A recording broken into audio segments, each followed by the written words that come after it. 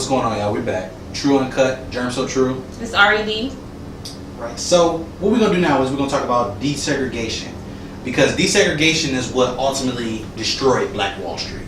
It wasn't what the white people did before. It wasn't what all the rest of the stuff, because as we explained and illustrated before, the community was rebuilt. It was rebuilt. We're not gonna say it was the same. We're not gonna say it was a big difference. But what we're going to say is there was a time frame in which they rebuilt it and they were still making money. They were still living. They were still being successful.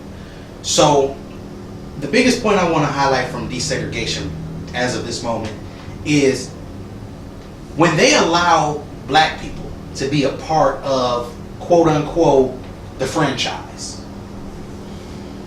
which is the United States, businesses, being an actual consumer, and those type of things. Black people, it seemed, got so excited in some ways, and they basically kind of just advertised going somewhere and doing something different, and Black folks kind of went with it. The story was, it's like, okay, basically we're going to advertise and we're going to sell you this California dream, and you're going to go to California and try to live this dream life. And some Black people took that and they went ahead and they went for it. And I think some people took that way because it was the easy way out, because they didn't feel like as much of a target, because they felt like they were blending into society. Some people might have took that because they felt as if, hey, I just want to be normal. Right.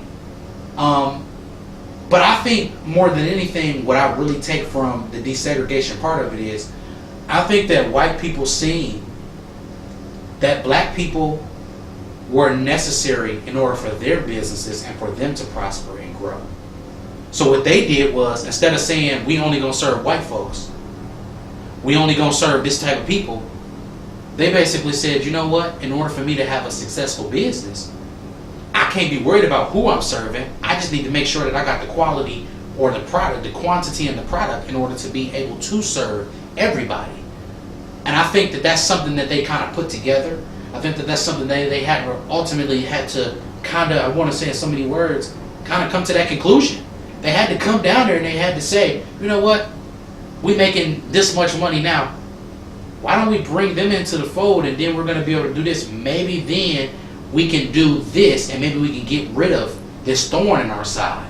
So it was a strategic thing, just like when Abraham Lincoln freed the slaves. Yes. It was strategic in the way that they did it. They executed this in a desperate manner of trying to be smarter than the situation. And what they proved was that they were smarter than the situation. That they once again could outthink us and give us a false sense of hope of something, basically by just saying, hey, you could be a regular consumer to the franchise. And I just want to get a couple points from you on that. So you have a point I wanted to make. See what happens when you're a star and you try to fit in a square peg? I said it once and I'll say it again. Desegregation was one of the worst things that ever happened to the Black population. When we were segregated, minding our business in Africa, we were okay.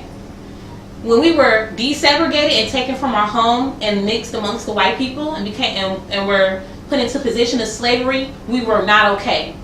Then when we, slavery was abolished, and you have a situation like Tulsa, Oklahoma, where segregation is occurring, and then it's just us Black people functioning amongst ourselves, we were prosperous. We were okay. And they didn't like that. And then Roe versus Wade occurred, the civil rights movement occurred, and then we were desegregated because we wanted the illusion of equality. We wanted to feel like we were equal, instead of saying, okay, maybe we could be separate but equal. We want to be equal and integrated with you guys. And look what happened. Black Wall Street is gone, because instead of saying, hey, I'm going to take our culture and our values and build upon that, we took upon the white man's culture and the white man's values, and we lost sight of who we were as a people. And that's why we're struggling with who we are right now. Because instead of looking at what makes us the shining stars that we are, we're sitting here trying to figure out how we can be squares. And that's not how it should work. So that's why I'm a firm believer that I'm not totally against segregation. Because history proves and statistics prove that desegregation actually inhibited us a lot. So. And I want to say this as well. You know, I won't say that I'm for, you know, segregation or whatever the case is. I won't even speak on that. But here's what I'll say. I'll speak from an entrepreneurial mindset. I don't speak from a mindset of a puppet or one that's programmed. I'll say this like this. If you can't beat them, join them. So if you felt, in so many words, that Black Wall Street in that particular instance, you felt like your business was doing well, but you maybe wanted to try something new, why not partner with some of these white folks and incorporate yourself with them and still keep the basics that you needed to keep and do 50-50 partnership with these people? Why not integrate yourself in the aspect or the mindset of, you know, let me integrate myself, but let me integrate myself with some type of stock in something. So that way I got a seed already planted, that way it can grow. That way, because maybe that white man could have helped you grow your company into something bigger. But you can't integrate yourself with cancerous cells. You can't plant a seed with where there's cancer. And I'm sorry, but from what history shows us, the European culture, they're cancerous. Everywhere they go, they take over and they destroy. So I am not doing business with cancerous cells. You can stay over there and cause your disease to grow, while I'm over here planting my healthy seeds. Now, with that being said, you're a health freak. Got you. Yeah. Here's what we got. You believe in eating healthy, correct? Correct. Putting the right foods in your body to avoid some of these things, right? Paperwork is that. Paperwork binds you to anything. Okay. If you can't break this agreement, you can't be no cancerous cell to me. All it was is just a lack of education in this situation. If you educate yourself and say, I know that if I own 50% of this, matter of fact, I want 51% of this, they can't come and overturn you. How about this? How about I don't want 51%? How about I want 100% of my shit? But here's the problem with wanting 100%. We're talking about why Black Wall Street failed. Why it did not. Why does it? Excuse me. Why does it failed exist? the moment we wanted 50% of what they had, and See, they we took didn't 50% want. We had 100%. It was okay. But see, there's the thing. We didn't. We wanted desegregation, but the problem was they gave it to us when they felt it was. As I said, it was strategic execution. That was strategic when they do desegregation because we bounce back. Correct. Once you see somebody's bounce back from something, you have to change your approach. I think we wanted the illusion. Basically, what they did was, we hit them where it hurt. We hit them in the wallet. You hit them in the wallet. Oh, ow! I'm hurt. So if it's not broken, then what are you trying to fix? Because if we didn't need them at all before, and we were good, then why would we fall into the trap of desegregation? We weren't integrated with you, and we were doing fine without you. And now you're trying to convince me that I need you to be successful when I've seen it for myself that the more that I don't have you, the better I do. That's just like a bad relationship. Like the person you broke up with trying to convince you that you need them when you know that you're being prosperous without them. Like I don't want 51%. I want 100% of my shit. Especially when I'm the one bringing more to the table. You eating. I'm making the food. I'm producing the food, and you ain't doing nothing but eating. I don't need you. You need me. And that's where we failed because we didn't have that mentality. And the thing, but the only part of what you're saying that makes this a little bit different is this. First and foremost, you keep saying you want 100%. You had the 100%, but you gave up on that 100%. We had the 100%, and then someone came and bombed the 100%. But they still were able to rebuild that 100%. Yes, when morale is low, you can rebuild. But I mean, my God, imagine it taking years and decades after slavery to build up such a beautiful state and then watch it crumble. I mean, we're human. You know what I mean? I agree, but and you gotta go into the propaganda. The news is telling you, yeah, everybody needs to be equal. And then you got Martin Luther King telling you need to be equal. And then you hear it enough over and over and over again. You think you need to be equal. You think you need these white people to be successful. When you forgot that 20 years ago, white people didn't want nothing to do with you. And you know what? That was good. because y'all were doing so great without them. And the only reason y'all are still not doing great is because they were jealous and they came and they strategically blew up that whole city. Strategically blew up the city. Then after they seen that didn't work, they seen violence did not work. They seen violence did not stop anything. They seen violence would not put us in a situation where we would give up. Then they basically gave in because they had to give in at that particular moment. I mean, even like when the boycott situation went on, they used to pull up next to kids walking on the street and say, "Hey, come on and get on the bus, half price." They need us in order for them. Let me stop saying that. White folks needed us in America to be able to do certain things. So desegregation killed Black Wall Street because black people didn't value what they had. True. It's no, I want 100%. If you want something, a saying I use, how big is your want to? If you want to get somewhere, if you want to do something, you're going to do it because you want to do it. These black folks, even if morale was low, that's mental. That's a mental barrier that they allowed to be in their way of sustaining success.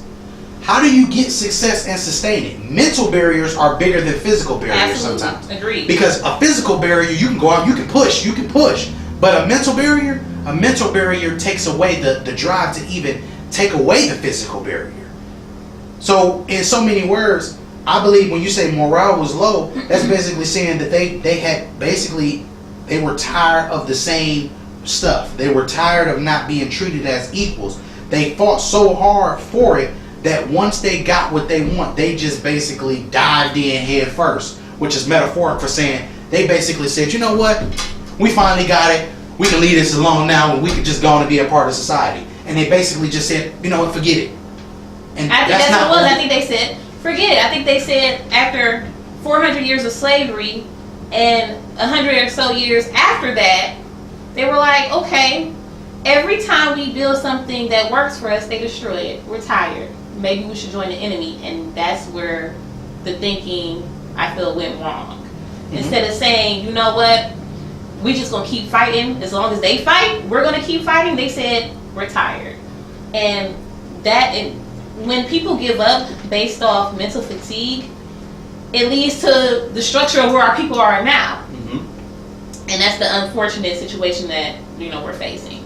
It does. Now, to say all of that, I really want to close out this segment, and I really want to say some things that's uplifting to our community and to our people. First and foremost, I hear a lot of people talk about, a black-owned business. Well, let me just say this and educate in this particular way when we talk about a black-owned business. When I hear the word black-owned business, that doesn't necessarily strike me as something that's a major accomplishment. And I'm gonna say why it doesn't strike me as a major accomplishment. It might sound kind of rude, but we're gonna be truthful. It's called Tru Uncut for a reason. First and foremost, just because it's owned by a black person, does that mean that black person's attitude is correct? Does he value my dollar? Because I'm pretty sure he values his business, but does he value my dollar? We have companies. So what I'm gonna try to do is on schedule. This actually topic you're doing right now is very, very important.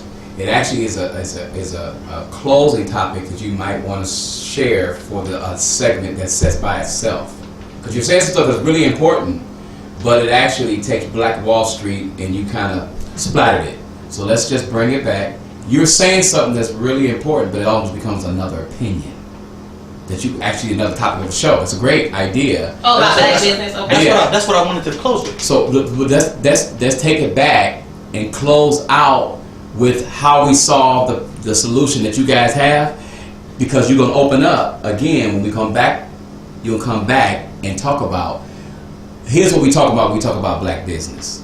Okay, I see. You get what I'm saying? Mm-hmm. Yeah, I get what you're saying. Because I want them to focus on. I didn't organize the last part of it right. Sure. Everything was straight, but we just need to close that out first. Yes. And then go ahead. I got you. Okay, so right now, since I've already talked to this actually lets the editor know that we're going to close out right here, and I'm going to close out. And so when I count to 5, you're going to close out the section for Black Wall Street. Okay. Gotcha. And then we're going to stop, okay? Okay, cool. 1, 2, 3, 4, 5. So what we're going to do here is this. You know, we got our basic points about desegregation and how it basically destroyed Black Wall Street, and from the mental part of it, even the physical rebuilding parts. So what we're going to do is we're going to close this part of it out, and we want to get into some talks about black business and what it means to have a black business, and why having a black owned business is not the only way to go forward.